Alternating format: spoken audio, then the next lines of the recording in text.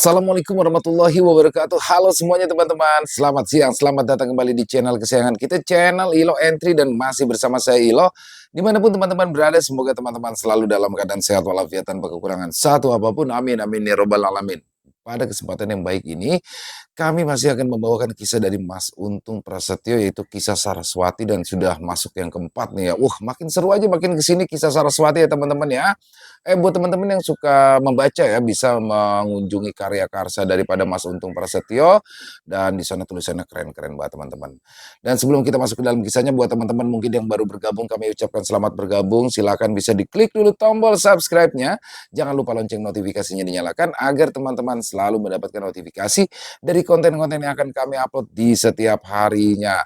Dan untuk channel Ilo Entry ini kami upload setiap hari teman-teman ya, setiap siang jam 12 siang waktu Indonesia bagian Barat. Nggak pakai berlama-lama lagi deh. Pasti udah nggak sabaran untuk masuk ke dalam kisahnya, kan kita langsung saja. Dari halaman belakang rumah Bang Ilo, kita menuju ke Pulau Kematian.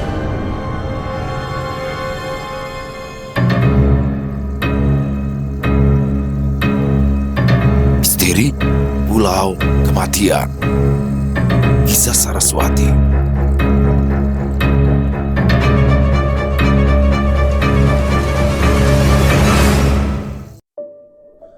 Tiba-tiba saja, seseorang memukul bagian tengkuku dari belakang.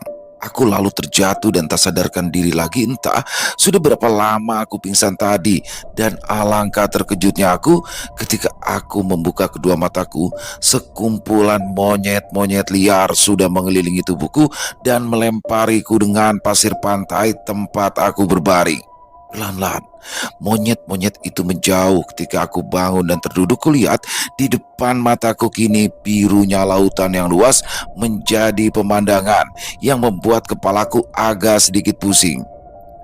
Aku lalu memeriksa kantong celanaku untuk mencari telepon seluler yang tadi aku taruh di bagian kanan celanaku, tapi yang aku dapati hanyalah selembar kertas yang bertuliskan, "Ini hanya sebuah peringatan. Dan ini juga sebuah kesempatan." Jelas, aku sangat terkejut ketika aku membacanya. Tak mau ambil pusing, aku lalu melipat kembali kertas yang baru saja aku baca dan kumasukkan lagi ke saku celanaku. Kuedarkan pandanganku ke sekitar. Di belakangku nampak berjejer pohon-pohon kelapa dan rimbunya pepohonan lain. Aku berjalan sedikit ke atas menuju ke dalam semak belukar untuk memeriksa keadaan sekitar. Monyet-monyet yang nampaknya sedang bermain pun mengikuti langkahku yang kini sudah mendapatkan jalan setapak untuk menuju bagian dalam hutan. Di atas pepohonan, monyet-monyet itu seperti meneriakiku dan mengajakku ke suatu tempat, tapi tak kuhiraukan suara bising mereka yang berlompatan dari satu dahan ke dahan yang lainnya. Aku kembali menuju ke pantai, tempat aku terbangun tadi. Aku tak mau tersesat di hutan anta berantai ini karena langit semakin menjadi gelap. Aku berteriak sekuat tenaga, memanggil-manggil seseorang yang mungkin saja ada di pantai ini. Tak nampak ada tanda-tanda keadaan orang di pantai. Aku terus berjalan, mencari sesuatu yang bisa aku makan ataupun aku minum selain air laut yang ada di lautan. Lapar dan haus yang aku rasakan sangat menggangguku untuk berpikir lebih jernih saat ini. Satu-satunya hal yang aku pikirkan saat itu adalah cara untuk tetap hidup di tempat yang belum aku ketahui ini. Aku sama sekali tidak memiliki pengalaman tentang survival. Jangankan untuk bertahan hidup di hutan, ketika perutku sedikit lapar saja, biasanya aku langsung berjalan ke warkop untuk memesan Indomie goreng 2 bungkus jadi satu, atau Indomie kari ayam dengan 2 telur. Lapar dan haus aku rasakan semakin menyiksa. Aku terus berjalan di tepian pantai, mencari pohon kelapa yang berbuah tapi tidak terlalu tinggi, dan berusaha untuk memanjat. Keadaan di sekitaranku pun kini berubah menjadi gelap karena matahari yang tadi menerangi tempat ini perlahan pergi menghilang di ujung lautan itu. Entah ini hanya sebuah halusinasiku karena sedang merasakan lapar dan haus yang semakin membuat lemas. Tiba-tiba saja aku melihat seperti ada beberapa orang yang sedang menghangatkan tubuh mereka di depan api unggun yang menyala tenang, dan di belakang mereka tampak seperti kedai yang menjual berbagai macam makanan dan minuman tentunya. Semakin aku mendekati tempat orang-orang itu berada, kini terlihat seorang gadis yang berpakaian seperti pegawai kantoran melambaikan tangannya padaku. Aku sangat bersyukur sekali karena menemukan orang lain di pantai tempatku berada ini. Semakin aku mendekati mereka, semakin jelas pula penglihatanku. Ini ada 4 orang duduk mengitari api unggun kecil. 2 orang sedang duduk menikmati makanan yang tersaji di depan mereka, dan seorang gadis yang kini jaraknya semakin dekat denganku. "Hei, baru sampai ya? Kenalin, aku Dewi," ucap perempuan yang terlihat sangat riang walau dengan wajah yang sedikit pucat. Dewi lalu mengulurkan tangannya dan menarik tanganku ke arah orang-orang itu berada. Aku yang masih diam karena merasa ada yang aneh pun hanya tersenyum ke arah Dewi. "Kenalin nih, bos besar, namanya Rudi," ucap Dewi yang disambut lambaian tangan dari Rudi. "Nah, yang ini Rita, sekretaris sebuah perusahaan besar." Rita pun hanya tersenyum padaku. "Dan ini Pak Soleh dan juga Pak Mamat, sopir pribadi dan OB yang juga bekerja di tempat Rita." Pak Soleh lalu bangun dari tempat duduk dan mengulurkan tangan untuk menyalamiku, diikuti juga oleh Pak Mamat. "Nah, 2 orang lagi yang sedang duduk di warung itu, mereka itu pejabat-pejabat tinggi. Udah, kita ngumpul di sini aja, nikmati apa yang ada di sini," ucap Dewi menjelaskan entah datangnya dari mana. Pak Mamat lalu memberikanku nampan berisi Indomie dan segelas teh hangat yang terlihat masih mengepulkan rasa. Karena rasa lapar yang sudah tak bisa kutahan lagi, aku pun mulai memakannya dengan lahap, tak peduli lagi dari mana semangkuk Indomie ini berasal. Setelah kuhabiskan makanan pemberian dari Pak Mama tadi, rasa kantuk yang luar biasa pun datang menyerangku, tak bisa kutahan lagi, dan akhirnya aku pun tertidur dengan nyenyak. Setelah matahari kembali datang menyinari tempat ini, aku pun terbangun lagi dari tidurku, dan setelah kesadaranku sudah menyatu kembali, aku terduduk sambil mengedarkan pandanganku ke sekitar. Aku mencari orang-orang yang semalam berkumpul di tempat ini, namun yang kudapati hanyalah bekas kayu terbakar yang tampaknya sudah lama sekali ada di tempat itu. Lalu aku berdiri dan berjalan ke arah tempat di mana warung yang semalam aku lihat, namun tak kutemukan apa-apa selain pohon rindang di sana. Sejenak aku memikirkan tentang orang-orang yang aku temui semalam. Mereka itu manusia atau hantu ya? Tanyaku dalam hati. Masih dengan kebingungan yang menyelimutiku, tiba-tiba saja seekor monyet yang ukurannya lebih besar dari yang kutemui kemarin menjatuhkan beberapa kelapa tidak jauh dari tempatku berada. Aku bergegas menuju ke tempat kelapa-kelapa itu berada dan mengumpulkannya. Tapi tampaknya monyet besar itu tidak mau. Hasil jeripayanya diambil alih begitu saja, dan seolah mengintimidasiku, monyet itu pun menggeram, menunjukkan barisan giginya yang terdapat 2 gigi runcing di sudut mulutnya. Aku lalu mengambil sebatang kayu besar dan mengibaskan kayu itu ke arah monyet besar tadi yang perlahan terlihat mundur dan berlalu pergi. Setelah berusaha dengan sekuat tenaga untuk bisa membuka buah kelapa muda yang aku dapat tadi, aku pun berhasil meminum airnya dan memakan beberapa daging buah kelapa tadi. Setelah itu, aku pun kembali menyusuri pinggiran pantai dan mencari tempat di mana aku tersadar kemarin. Setelah itu, aku pun kembali berjalan masuk menyusuri hutan yang ada di tempat itu. Setelah lama berjalan menyibak semak belukar di hutan ini, aku mulai mencium aroma busuk yang sangat menyengat seperti bau bangkai. Aku menutup rapat bagian hidung dan kembali berjalan mengikuti jalan setapak yang kini mulai terlihat. Tidak jauh dari tempatku berdiri, aku melihat seperti ada sosok tubuh yang terbaring di atas semak belukar. Aku lalu memperhatikan sekeliling dan kudapati banyak bercak darah di dedaunan tidak jauh dari sosok tubuh yang sudah terbujur kaku dan mengeluarkan bau busuk itu. Perlahan aku menjauhi mayat yang aku temukan tadi. Aku berlari sejauh mungkin mencari udara yang tidak tercampur dengan bau menyengat tadi. Setelah tidak lagi tercium bau bangkai, aku menghentikan langkahku dengan nafas yang tersengal-sengal.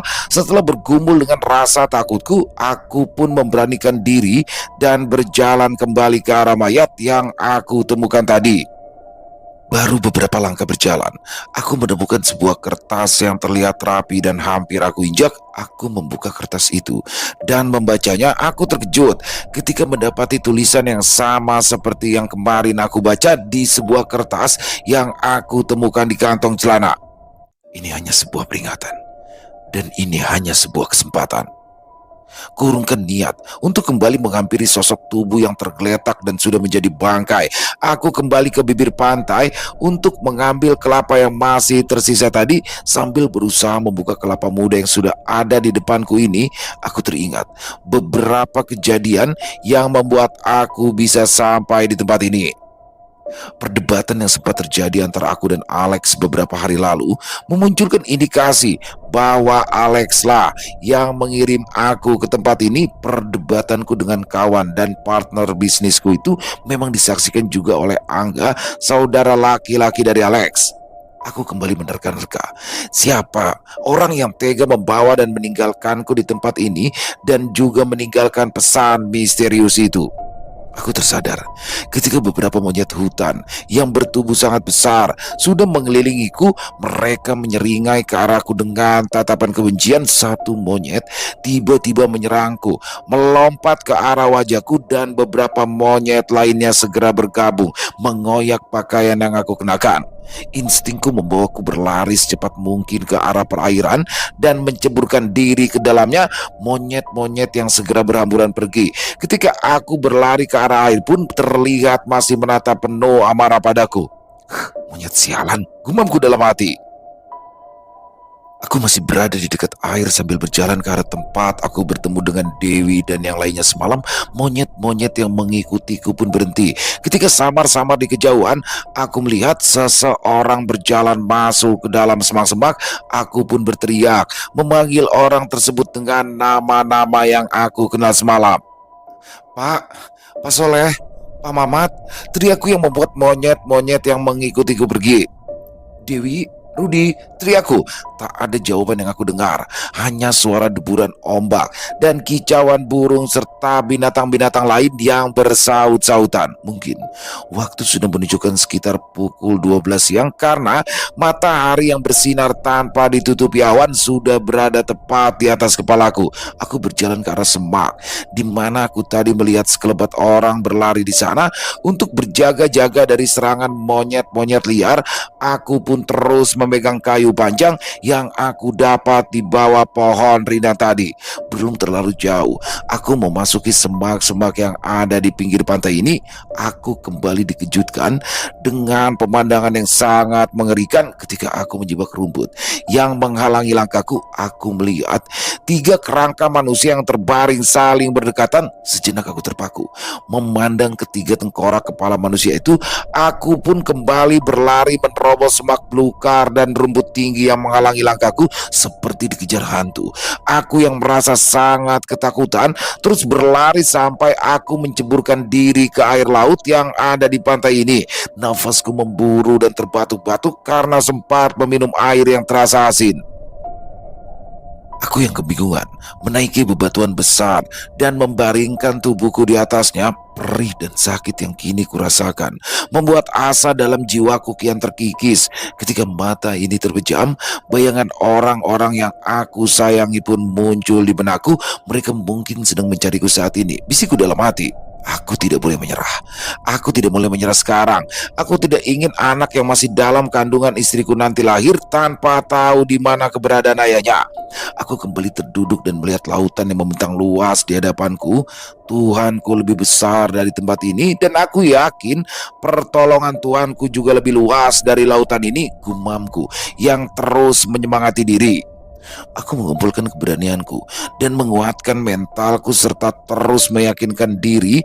Aku terus berkata dalam hati bahwa apa yang aku temukan tadi bukanlah hantu, setan, jin, atau makhluk gaib yang menempati tempat ini. Yang aku temukan tadi adalah manusia yang sudah meninggal tapi jasadnya terbengkalai begitu saja. Kini aku niatkan hatiku untuk menyempurnakan jasad-jasad yang sudah menjadi tengkorak itu dengan cara menguburnya dan mendoakannya. Aku kembali berjalan memasuki semak-semak tempat aku menemukan 3 kerangka manusia tadi sambil memegang batu pipis sebesar telapak tangan. Dan tak lupa juga aku membawa kayu panjang tadi. Beberapa meter lagi, aku sampai di tempat kerangka manusia itu berada. Aku dikejutkan oleh sosok perempuan yang berdiri membelakangiku. Seketika bulu kuduku berdiri dan tubuhku gemetar menahan takut yang teramat sangat. "Jangan takut, aku Dewi yang semalam bersamamu di depan api unggun itu," ucapnya dengan suara lirih. "Tolong sempurnakan jasad ketiga orang ini dan doakan mereka. Setelah itu kembalilah ke tempat di mana semalam kita berkumpul," ujar Dewi yang melayang masuk ke dalam hutan. Aku terduduk lemah, meneteskan air mata, menangis. Sepertinya akan mengurangi bebanku saat ini. Aku menangis bukan karena meratapi buruknya nasibku saat ini, tapi aku iba melihat orang-orang yang kini sudah menjadi kerangka itu harus mati di tempat yang jauh dari keluarga mereka. Pastilah keluarga dan orang-orang terdekat mereka mencari keberadaannya dan terus berharap akan kedatangan mereka lagi. Aku lalu membersihkan pohon-pohon yang merambat serta rumput-rumput di sekitar 3 kerangka manusia itu, dan aku pun mulai membuat lubang yang cukup lebar untuk menguburkan ketiganya. Ketika lubang yang aku buat sudah terlihat cukup, aku pun lalu memeriksa satu persatu kerangka yang masih lengkap mengenakan pakaian itu. Aku mulai dari salah satu kerangka dengan celana hitam dan baju berwarna coklat. Aku melihat tulisan nama di bagian dada sebelah kanan kerangka itu. Nama itu bertuliskan Mamat. "Innalillahi wa inna ilaihi rajiun," ucapku lirih. Ternyata orang yang aku temui dan memberikanku Indomie serta teh hangat semalam sudah meninggal di sini. Perlahan, aku mengangkat tulang belulang yang terbungkus celana hitam dan baju berwarna coklat itu, lalu memasukkannya ke dalam lubang yang sudah kubuat tadi. Kurapikan lagi posisi tulang-tulang itu agar berada tepat pada tempatnya. Hal yang sama pun aku lakukan kepada kedua kerangka manusia yang lainnya. Aku yakin bahwa kerangka lelaki yang menggunakan lengan panjang berwarna putih lusuh dengan kopiah hitam yang sudah memerah itu adalah Pak Soleh. Lalu di sebelah Pak Soleh itu pastilah Rita. Setelah menutup rapat liang lahat tempatku menguburkan 3 orang tadi, aku pun lalu berdoa untuk ketenangan mereka. Semoga Engkau mengampuni orang-orang ini, ya Allah, dan menerima semua amal baiknya. Amin. Aku pun segera meninggalkan kuburan mereka dan kembali menuju ke tepian pantai seperti apa yang Dewi minta tadi. Dengan rasa lelah dan dahaga yang luar biasa, aku terus berjalan perlahan menyibak semak belukar dan keluar dari dalam hutan. Tiba di pinggir pantai, aku seperti berada di tempat yang belum pernah aku datangi dalam 2 hari ini. Tapi tiba-tiba suara yang sudah tidak asing di telingaku pun terdengar memanggilku. Sini," ucap gadis yang sepertinya sudah aku kenal.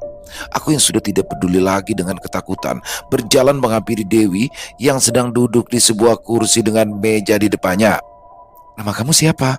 tanya Dewi yang tersenyum ke arahku. Walau wajahnya terlihat pucat, tapi gadis itu terlihat sangat ramah dengan selalu tersenyum. "Eh, Namaku Asep," ucapku sambil tersenyum padanya. "Bohong, kamu bukan Asep," jawab Dewi yang makin terlihat ceria. "Ini orang apa hantu sih? Bisa udah lama mati." "Hmm, Kalau aku hantu, kamu gak takut?" tanya Dewi yang membuatku sangat terkejut. "Nama kamu Arga Ardianto kan?" seru Dewi yang melirikan pandangannya padaku. "Itu kelapa mudanya diminum dulu gak? Aman kok, tenang aja deh," serunya. "Nanti malam akan aku ceritakan apa yang sebenarnya terjadi di pantai ini dan di pulau ini juga tentunya," tutur Dewi yang pandangannya terlihat ke arah lautan luas yang ada di depan kami. Aku pun lalu mengambil kelapa muda yang ada di hadapanku. Aku lalu meminumnya dengan sangat rakus. Hal aneh pun terjadi lagi saat ini. Ya, air kelapa yang aku minum tidak habis-habis sampai aku merasa kenyang dan tidak haus lagi. "Udah nggak usah dipikirin gak?" ucap Dewi yang seolah tahu apa isi hatiku. "Terima kasih ya, kamu sudah mau menguburkan ketiga jenazah tadi," ucap Dewi lagi. Ya, sama-sama Dewi. Sudah menjadi kewajiban bagi yang masih hidup untuk menguburkan yang sudah mati dan mendoakannya. Jawabku. Dari belakang Dewi, tiba-tiba muncul tiga sosok orang yang dari pakaiannya seperti sudah tidak asing lagi. Aku yang tadi sudah tidak merasakan takut, kini dengan tiba-tiba kakiku bergetar. Dewi pun lalu memegang tanganku sambil berkata, "Gak usah takut, kami memang sudah mati di sini, Gak," ucap Dewi yang tangannya terasa dingin sekali. Hembusan angin pantai yang bertiup pun membuat kantukku datang. Aku lalu menaruh kepalaku di atas meja dengan kedua tangan yang menjadi alasnya. Setelah itu, aku tertidur kembali dan terbangun di pagi harinya. Beberapa monyet kecil yang bermain di atas tempatku terduduk mengalihkan pandanganku menuju batu yang aku jadikan alat untuk menggali kuburan Pak Soleh, Pak Mamat, dan Rita. Di bawah batu itu ada selembar kertas yang bertuliskan sama-sama seperti yang ada di kantong celanaku, tapi di balik tulisan itu ada tulisan lain yang berbunyi, "Tolong kuburkan kami semua." Lalu di bawah kalimat itu tertulis juga, "Kau harus tetap hidup."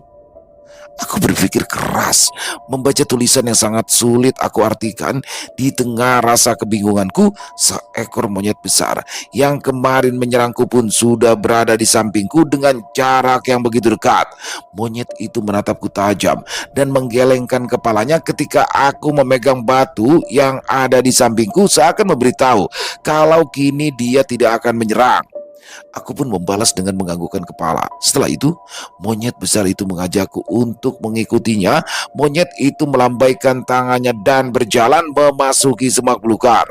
Setelah aku menerobos semak-semak itu, kini aku berada di jalan setapak yang sepertinya sudah sering digunakan orang untuk berjalan. Sekitar 10 menit berjalan, aku melihat tanah yang agak lapang, yang di tengahnya berdiri dua pohon berjajar, dan di antara kedua pohon itu ada semacam bivak yang terbuat dari pelepah kelapa serta dahan-dahan pohon yang sudah kering dengan atap yang terlihat seperti alang-alang. Monyet itu diam terpaku menatap sebuah gubuk kecil yang berada di depan kami dan seolah memintaku untuk memeriksanya perlahan. Aku berjalan menghampiri gubuk kecil itu yang di sekitarnya terdapat benda-benda yang sepertinya pernah digunakan seseorang untuk memasak. Ada kaleng-kaleng kecil yang sudah berkarat dan tumpukan batu yang terlihat seperti tungku. Setelah mengitari gubuk itu, aku pun memberanikan diri membuka penutup bagian depan gubuk yang sepertinya sudah rapuh itu. Aku kembali memicingkan mataku ketika melihat tumpukan tulang manusia yang terbungkus celana hitam dan baju berwarna kuning lusuh. "Dewi," gumamku dalam hati. Apa yang sebenarnya terjadi di sini? Sudah 4 orang yang kutemukan kerangkanya di dalam hutan ini dan satu jenazah yang sudah membusuk. Bisikku dalam hati. Dari semak-semak tepat di belakang monyet itu berdiri, muncul 4 ekor monyet lagi dengan masing-masing monyet membawa sebuah benda di tangannya. Monyet yang mungkin berjenis kelamin betina itu menaruh batu yang tadi kutinggalkan di tempat aku tertidur semalam. Monyet yang bertubuh lebih kecil terlihat menaruh sebuah benda yang belum aku kenali, dan 2 monyet yang lainnya menaruh tali panjang serta kotak berwarna kuning dan biru di kedua sisinya. Aku lalu berjalan menghampiri monyet besar itu berada, lalu memeriksa benda-benda yang diletakkan monyet-monyet tadi di hadapanku kini. Aku melihat pisau lipat berwarna merah, gulungan tali panjang, dan sekotak korek kayu yang berwarna kuning dan biru. Benda-benda itu sepertinya milik Dewi yang sudah lama bertahan hidup di hutan itu sendirian, dan mungkin karena kedekatan monyet-monyet itu dengan Dewi, monyet itu pun menyimpan benda-benda peninggalannya. "Terima kasih Pak Lurah," ucapku kepada monyet besar yang masih diam terpaku menatap ke arah gubuk tempat kerangka Dewi berada. Aku meyakini monyet itu adalah pemimpin dari monyet-monyet lain di sana, karena monyet itu terlihat berbadan paling besar dan berbulu paling lebat dibandingkan monyet-monyet yang lain. Jadi aku memanggil monyet itu dengan sebutan Pak Lurah. "Aku akan menguburkan Dewi. Kira-kira di mana tempat yang tepat?"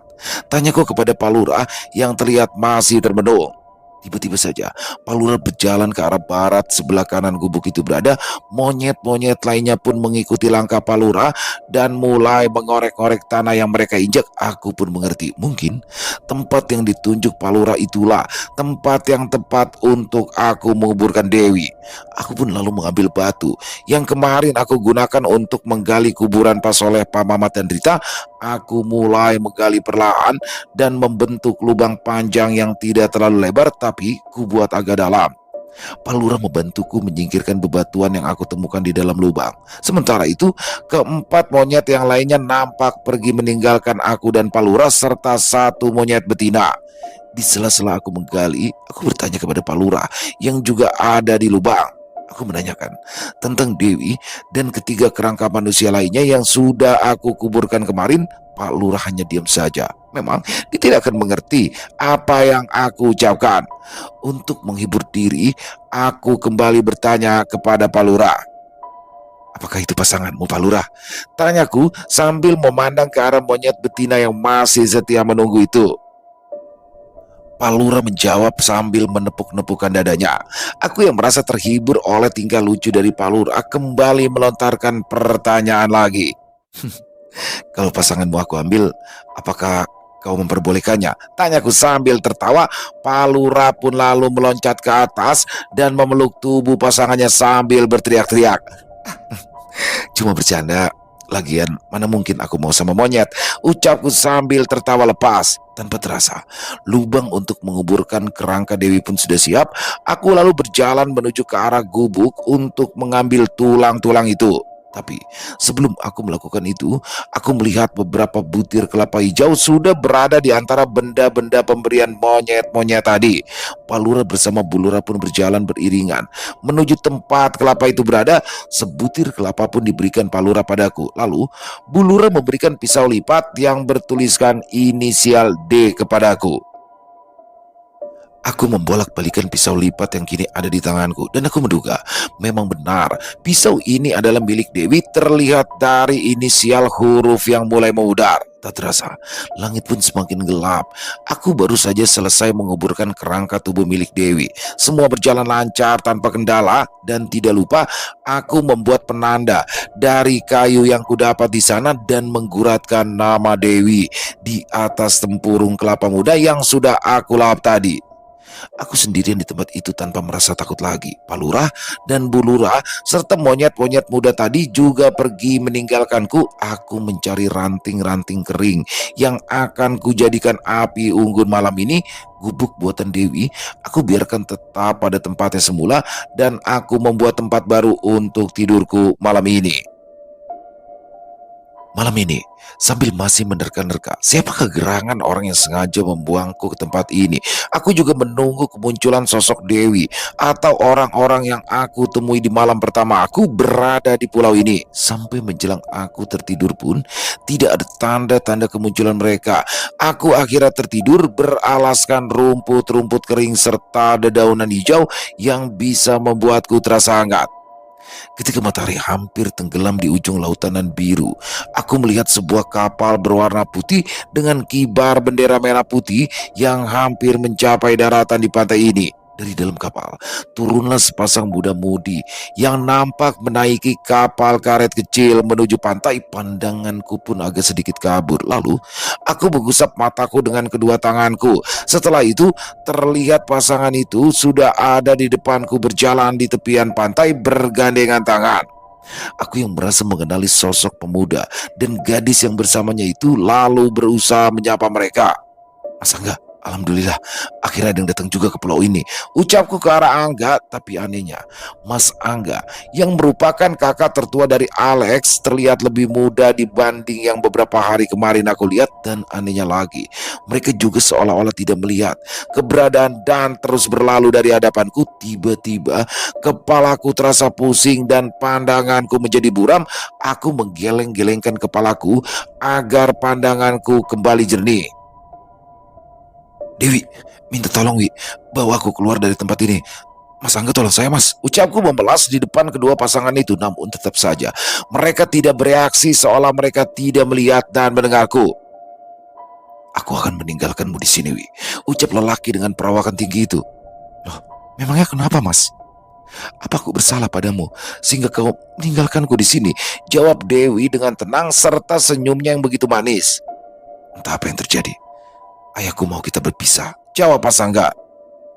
Kalau memang kau lebih menuruti kata orang tuamu daripada kata hatimu, pergilah. Jawab Dewi masih dengan tenang ya. Tanpa diduga, Mas Angga lalu memukul Dewi hingga pingsan dan melemparkan pisau lipat serta sekotak korek kayu yang berwarna kuning dan biru dan sebuah tali yang tergulung. Tanpa sedikit pun rasa bersalah, Angga benar-benar berlalu meninggalkan Dewi seorang diri di pulau ini. Aku yang sangat terkejut melihat kejadian itu pun lalu menghampiri Dewi. Tapi belum sempat aku menolongnya, kepalaku kembali terasa sakit dan pandanganku berkunang-kunang. Setelah kondisiku membaik, tubuh Dewi yang tadi terlihat tak sadarkan diri pun tiba-tiba menghilang. Pemandangan di depanku pun berganti dengan Rita, Pak Soleh, dan Pak Mamat yang sudah berada di pantai ini. Walau dengan tubuh yang terlihat sangat kurus, mereka tampak sedang tertawa dan begitu bahagia. Sebuah kapal kecil terlihat menepi di pinggir pantai dan terlihatlah beberapa orang turun dari atasnya. Setelah sampai di pasir tempat ketiga orang itu berada, orang-orang yang terlihat membawa senjata itu pun langsung memberondongkan peluru ke arah Rita, Pak Soleh, dan Pak Mamat. Setelah Rita, Pak Soleh, dan Pak Mamat tumbang, orang-orang bersenjata api itu pun menyeret tubuh ketiganya ke arah semak-semak di dalam hutan, lalu meninggalkan ketiga orang tadi begitu saja. Aku merasa tak kuat lagi melihat pembantaian ketiga orang itu. Aku menangis, berteriak sekuat tenaga, tapi lagi-lagi kepalaku terasa sangat pusing dan pandanganku mulai kabur sama seperti kejadian tadi. Aku melihat Rudi, Iqbal, Rahmat, Sarti, dan beberapa orang yang hidupnya berakhir tragis di pulau ini. Di akhir penglihatanku, sosok Dewi kembali hadir lagi. Dia terlihat bersama seekor monyet kecil yang digendongnya di dalam hutan. Dewi merawat monyet itu seperti merawat seorang bayi. Seperti Dewi sudah tak peduli lagi akan hidupnya dan tidak mencoba untuk pergi dari tempat ini. Ketika seekor monyet itu telah menjadi monyet dewasa, Dewi terlihat sedang terbaring lemah di dalam gubuk yang dibuatnya. Tubuh Dewi benar-benar kurus. Dengan rambut yang terlihat tak beraturan, monyet itu terlihat terus berada di samping Dewi, mengusap-ngusap punggung Dewi sampai Dewi terlihat tak bernafas lagi. Aku terbangun dari tidurku dengan keringat bercucuran membasahi pakaianku yang sudah tak utuh. Aku pun terkejut ketika Palura dan Bulura serta beberapa ekor kawanan monyet pulau itu terlihat duduk mengelilingiku. Entah sudah berapa lama mereka menjagaku dari ancaman hewan-hewan lain. Ketika aku mulai terduduk, Palura menyuruh beberapa anak buahnya untuk sedikit menyingkir dari tempatnya. Lalu salah satu anak buah Palura membawakanku satu buah kelapa muda. Aku pun menerimanya dan mengucapkan terima kasih padanya, lalu memberinya nama panggilan. Terima kasih Kokonat, ucapku sambil mendekatkan wajahku ke wajahnya. Kokonat hanya menyeringai, memamerkan giginya dan melompat-lompat. Palura yang berlihat Kokonat bertingkah seperti itu lalu menghampiri dan memukul kepalanya. Kokonat yang kaget pun perlahan pergi dengan kepala tertunduk dan duduk menatapku. Ketika langit mulai terang, satu persatu anak buah Palura pun pergi. Kini hanya tinggal Palura, Bulura, dan Kokonat yang bersamaku. Apakah kamu tahu tempat orang-orang yang sudah mati di sini? Tanyaku yang sedang memandangi Palura. Palura pun meraih tanganku dan berjalan di depanku. Di belakangku ada Bulura dan Kokonat yang berjalan mengikuti.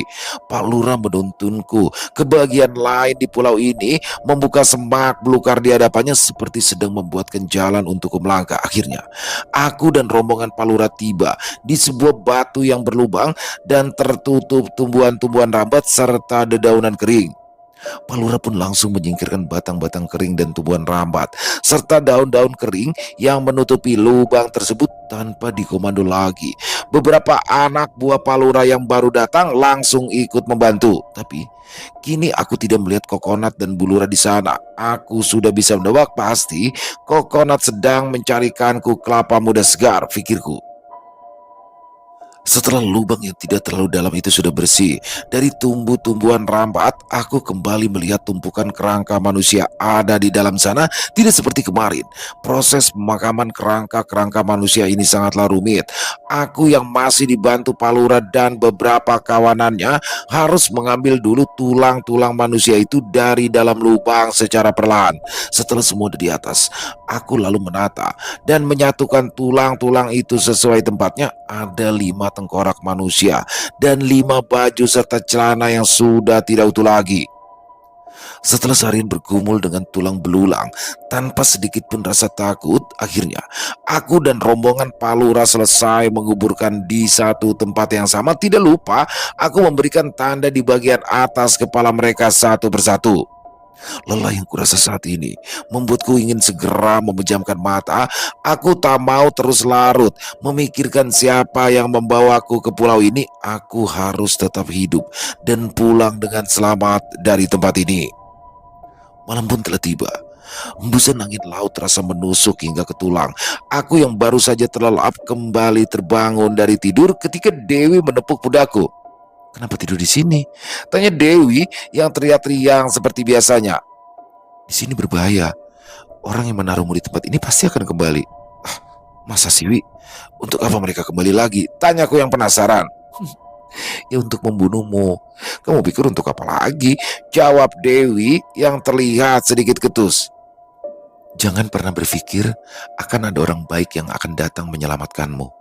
Mereka sengaja menculik dan membuang orang di sini. Lalu setelah beberapa minggu mereka kembali lagi untuk membunuh," ujar Dewi menjelaskan. Saking terlalu fokusnya aku menatap Dewi, aku tidak menyadari ketika di tempat aku tertidur sendiri tadi kini terlihat ramai dengan suara canda tawa dan obrolan-obrolan hangat. Sontak bulu kuduku meremang melihat Rita, Pak Soleh dan Pak Mamat yang sedang bercanda. Di antara Rudi ada beberapa orang yang belum aku kenal. Mereka menghampiriku dan mengucapkan terima kasih atas apa yang aku lakukan kepada jasad mereka. "Dalam beberapa hari ini, mereka akan datang ke sini dengan membawa korban sekaligus untuk memastikan kamu mati gak?" ucap Rudi membuka percakapan kami. "Lalu, apa yang harus aku lakukan?" tanyaku kebingungan. "Persiapkan dirimu, Kak. Hanya ada 2 pilihan, membunuh atau dibunuh," jawab Rudi dengan tatapan dingin ke arahku. "Tapi aku belum pernah membunuh orang dan sepertinya tidak akan pernah," jawabku lalu memalingkan wajah ke arah Dewi.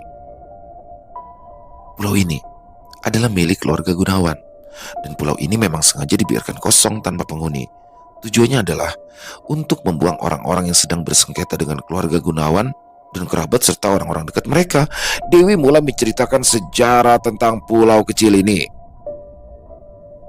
"Aku pernah mendengar percakapan antara Gunawan yang waktu itu adalah calon mertuaku dengan Sasongko, pemilik sebuah perusahaan pariwisata laut dan pantai. Nah, mereka ingin menjalin kerjasama yang menurutku sangat-sangat aneh sih.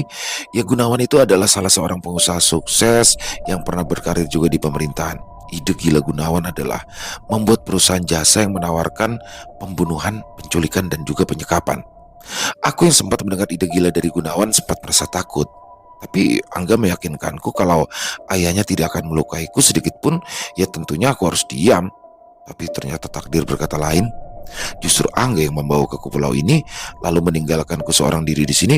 Lalu jadilah aku hantu penasaran seperti ini, ucap Dewi yang di akhir kalimatnya menjulurkan lidah hingga membuat semua yang ada di sana tertawa.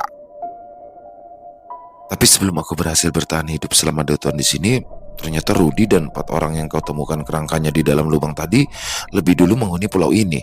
Mereka lah yang membantuku bertahan di sini dan mereka juga bergantian menjagaku meski sudah tidak lagi hidup.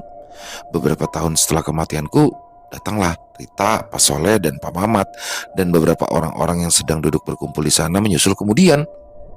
"Lalu kenapa mereka tidak ikut kumpul di sini, Wi?" tanyaku penasaran. "Orang yang berdiri sendirian di sana baru sekitar 1 minggu yang lalu dibuang dan langsung dibunuh di sini, dan jasadnya masih ada di bagian utara pulau. Dan kumpulan orang-orang di sana berharap juga kau dapat menguburkan kerangka-kerangka tubuh mereka, Harga," ucap Dewi. "Selain menguburkan tubuh mereka, kau juga harus mencari tempat aman untuk berlindung, Harga," Rudi menambahkan. "Buatlah gubuk untuk tempatmu berlindung dan beristirahat di samping gubuk yang aku dirikan," pinta Dewi. Tempat itulah tempat yang paling aman karena berada di tengah-tengah di pulau ini, dan lagi Dharma dan kawanannya akan ikut menjagamu gak imbunya lagi. Baiklah Wi, aku akan mengikuti apa yang kau sarankan. Terima kasih atas informasi yang kalian berikan. Tapi sebelumnya aku ingin bertanya lagi, ucapku. Dengan riang Dewi menjawab, memangnya kamu mau bertanya apa lagi? Dharma itu siapa ya Wi? Ujarku. Oh, Dharma itu monyet yang aku rawat sedari kecil dan menemaniku sampai aku mati gak? Wah, keren juga nama monyet itu. Kalau aku memanggilnya dengan panggilan Palurawi, lalu kami semua pun tertawa terbahak-bahak. Hari-hari pun berlalu. Gubuk yang aku jadikan tempat tinggalku pun sudah kokoh berdiri. Aku juga menggunakan kaleng-kaleng bekas Dewi dulu memasak dan barang-barang peninggalan Dewi lainnya. Selain itu, setiap pagi aku berjalan menyusuri pantai untuk mencari kaleng ataupun botol yang terbawa arus sampai ke tempat ini. Aku juga belajar mencari ikan dengan cara menombaknya di malam hari. Dan bersama Palura serta kawanannya, aku belajar mencari buah-buahan dan dedaunan yang bisa dimakan. Tak lupa, aku membuat senjata-senjata seperti tombak, busur, dan anak panahnya dengan menggunakan kayu-kayu kering. Aku pun semakin akrab dengan pulau ini, hingga aku lupa sudah berapa lama aku berada di sini. Aku pun sudah mengikhlaskan keluargaku dan selalu memanjatkan doa untuk keselamatan dan kebaikan mereka. Aku tak ingin terpuruk karena terus memikirkan orang-orang yang aku sayangi. Setelah aku memiliki tempat tinggal di pulau ini, aku pun mulai memetakan lokasi pulau ini. Aku juga menyiapkan beberapa tempat persembunyian lengkap dengan senjata dan juga stok makanan di tempat itu. Jalanku untuk pulang cuma satu, yaitu menunggu orang-orang itu datang ke pulau ini dan merebut kapal mereka.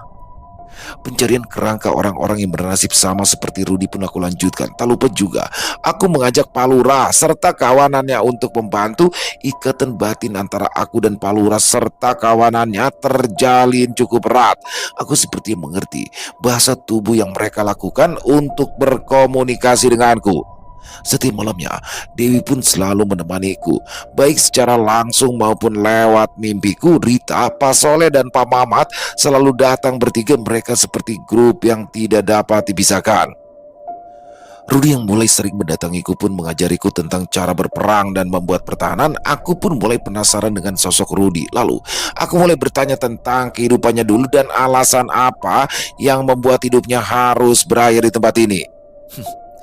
Aku memiliki beberapa usaha di Jakarta, Bandung, juga Kalimantan. Nah, usahaku itu berkembang sangat pesat. Aku membeli lahan dari pesaing bisnisku yang sedang terpuruk, dan lahan itu lalu aku jadikan gudang dan perkantoran. Setelah 3 tahun berlalu, pesaingku itu berniat ingin membeli perkantoran dan gudang yang aku miliki. Orang itu beralasan karena tanah yang dulunya dijual padaku itu adalah tanah warisan. Aku pun menolak niatannya untuk membeli tanah miliknya yang saat itu sudah menjadi perkantoran dan pergudangan yang cukup besar. Ujar Rudi menceritakan awal permasalahannya. Nah, karena tidak suka dengan penolakan, orang itu mencoba memaksaku dengan berbagai cara. Cara pertama, dengan melakukan teror kepada anggota keluargaku dan mengancam akan menculik anak-anakku. Hal itu tidak dapat dilakukan karena aku juga memiliki banyak kolega orang-orang penting di negeri ini. Lalu, orang itu mencoba cara kedua, mengirimkan santet serta makhluk-makhluk gaib ke rumahku. Dan ketika aku lengah dan sedang jauh dari Sang Maha Kuasa, santet itu pun dapat menembus dan menyakitiku. Tapi itu tidak berlangsung lama, karena melalui kuasanya Allah mengirimkan seseorang yang membantu mengobatiku. Aku juga melihat sendiri kok pertempuran gaib antara orang yang menolongku itu dengan makhluk-makhluk gaib yang menyakitiku. Selesai dengan urusan hal gaib dan teror-teror yang gagal dilakukan orang itu padaku, barulah orang itu menculik dan membawaku ke pulau ini. Ujar Rudi dengan tatapan kosong menceritakan semuanya. Tiba-tiba Dewi datang bersama Palura, menghampiri aku dan Rudi di depan perapian kecil yang aku buat. Palura yang nampak manja ketika bersama Dewi pun bertingkah seperti anak kecil, sangat berbeda ketika ia sedang memimpin kawanannya. Sambil tersenyum, Dewi lalu berkata, "Kau harus mempersiapkan diri dengan matang sebelum orang-orang itu datang, gak? Karena kamulah harapan kami satu-satunya untuk bisa terbebas dari pulau ini," ucap Dewi dengan senyum khasnya. Terbebas? Terbebas dari apa ya, Wi? Tanyaku yang masih bingung dengan perkataan Dewi. Rudi lalu menjelaskan apa yang dimaksud oleh Dewi. Selain jasad kami yang tidak disucikan dan sempat terbengkalai seperti sampah, Roh kami pun tidak bisa mencapai kesempurnaan. Kami yang mati di sini bisa dibilang belum tenang, gak? Kami berharap kau bisa membawa tulang belulang kami dan memberikannya kepada ahli waris kami agar mereka menguburkan kami dengan layak, ujar Rudi. Atau ya paling tidak melaporkan tentang pulau ini dan semua yang telah terjadi di sini kepada pihak berwajib, Imbu Dewi. Maka dari itu, kau harus tetap hidup, gak? Tolonglah kami sekali lagi, Rudi menambahkan.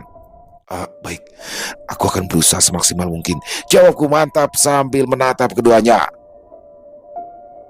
Besok, setelah matahari terbit, berjalanlah ke arah timur pulau ini. Tandai jalur yang kau lewati dengan cara menggoreskan tanda pada batang pohon yang kau lewati. Hitung berapa lama waktu yang kau butuhkan untuk sampai di bibir pantai yang ada di bagian timur. Ingat, jangan meninggalkan jejak langkah. Usahakan kau tidak merusak pohon-pohon kecil dan semak belukar yang kau lalui, ujar Rudi yang sedang mengajari memetakan wilayah dengan benar. Ketika siang hari, matahari adalah penunjuk langkahmu. Bila matahari tertutup awan mendung, gunakan tanda di batang pohon besar sebagai acuannya. Begitu juga ketika malam hari. Kau lebih baik diam menunggu di tempat aman. Hindari bergerilya di pulau kecil seperti ini. Jelas Rudi lagi. Biar aku meminta Dharma dan kawanan kecilnya mendampingimu, gak? Ucap Dewi yang sedang memangku Palura. Malam pun berlalu. Ketika pagi datang, tampak Palura bersama Kokonat dan 2 ekor monyet yang belum kuberi nama sudah ada di depan gubuk milik Dewi. Dan seperti biasanya, Kokonat menghampiri aku dan membawakan kelapa muda untukku. Setelah sarapan air kelapa muda, aku pun memulai perjalananku untuk memetakan pulau ini sesuai arahan Rudi semalam. Formasi berjalan pun sudah terbentuk. Palura berjalan di depanku sebagai leader dan 2 anggota Palura yang baru saja ku berikan nama Melon dan Kentang berjalan di belakangku sebagai sweeper. Sementara itu, Kokonat memantau keadaan kami dari atas.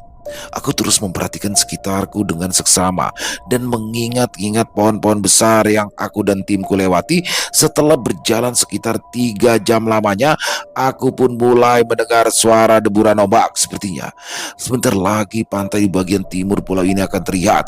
Ketika tim kami sebentar lagi sampai di pantai itu, tiba-tiba saja Kokonat terjatuh dari atas pohon. Terlihat Kokonat berguling-guling dengan monyet lain di depanku. Tidak lama kemudian Palura terdengar menggeram dan perlahan berjalan ke arah sebelah kiriku. Melon berlari ke arahku dan memegang erat kakiku, sementara Kentang berlari kembali ke arah tempat kami datang tadi. Aku yang sangat kesal karena Kokonat kewalahan menghadapi lawannya pun memukulkan kayu yang kubuat runcing di bagian ujungnya ke arah monyet tadi kenal itu. Setelah terlepas, Kokonat lalu berlari ke arahku dan naik ke atas pundakku. Kini aku dan Kokonat serta Melon kebingungan mencari Palura yang tiba-tiba menghilang dari pandanganku. Melon pun memberanikan diri berlari ke arah pantai ketika terdengar suara ramai sekawanan monyet. Aku dan Kokonat yang masih bertengger di pundakku pun kemudian berlari mengejar Melon. Dan ketika kami tiba di pinggir pantai, terlihat Palura sedang baku hantam dengan monyet muda yang berbadan lebih besar dari dirinya. Sementara itu, kawanan monyet dari pihak monyet muda pun mengelilinginya. Singkatnya, Palura pun berhasil memenangkan baku hantam yang tadi berlangsung tanpa bantuan dari sahabatnya yang hanya menjadi penonton. Monyet muda yang kalah bertarung itu pun dengan kepala tertunduk kini mengikuti kami. Kawanan mereka pun sekarang dipimpin oleh Palura, monyet tua Dalipura Barat. Yang membuat aku tertawa geli waktu itu adalah Kentang ternyata kembali dengan membawa 2 temannya lalu menghampiri Palura. Rupanya dia sedang mencari bala bantuan tadi. Batinku, setelah matahari nampak sudah melewati atas kepala, aku pun mengajak tim eksplorasi pulau ini kembali ke titik awal kami berangkat. Kali ini aku sendiri yang menjadi leader, sementara Palura dan kawanannya berjalan melewati dahan-dahan dan pohon di sana. Berhari-hari aku sudah melakukan pemetaan wilayah dan saat ini aku sudah benar-benar menguasai daerah ini. Di malam ini hujan turun begitu derasnya, petir bersaut-sautan dan angin kencang pun datang menerpa gubuk. Malam ini tidak satupun dari teman beda alamku yang menemani. Aku pun memilih untuk segera tidur karena cuaca yang sedang tidak bersahabat. Ketika aku hampir memejamkan mata, tiba-tiba saja petir menyambar sebuah pohon kelapa yang berada tak jauh dari tempat aku berada. Aku pun kembali duduk dan termenung memikirkan hal-hal yang hanya bisa kufikirkan saat ini. Di tengah lamunanku itu, beberapa kali kilatan cahaya menerangi daerah sekitar tempat gubuk ini berdiri, dan di antara cahaya kilatan berikutnya aku terkejut karena melihat sosok wanita yang kepalanya hampir putus dengan lidah menjulur keluar darah segar terlihat membasahi baju yang ia kenakan. Sontak aku pun lalu memejamkan mata karena merasa ketakutan. Setelah beberapa saat hening, aku kembali dikagetkan dengan suara berat seorang laki-laki yang meminta tolong padaku. Kenapa? Kenapa kau tidak segera menguburkan mayatku? Tolong, segera sempurnakan aku seperti yang lainnya. Suara itu terus terdengar di telingaku sampai akhirnya aku tertidur karena ketakutan. Selesai. Wow, luar biasa kisah dari Mas Untung Prasetyo. Oh, kisah Saraswati. Dan ada ini ya, perbedaan ya di part keempat ini di Pulau Kematian. POV-nya ya itu adalah sudut pandang daripada Arga. Jadi buat teman-teman yang mungkin belum tahu bisa mengikuti kisah sebelumnya ya. Jadi Arga itu adalah sosok lelaki yang sudah beristri, tapi dia dulunya pernah menjalin hubungan dengan Saras ya, Saraswati. Jadi Saraswati itu emang bener-bener cinta mati sama Arga, dan Arga juga sebenarnya cinta tapi ya tidak bisa bersatu. Jadi dalam keren banget nih.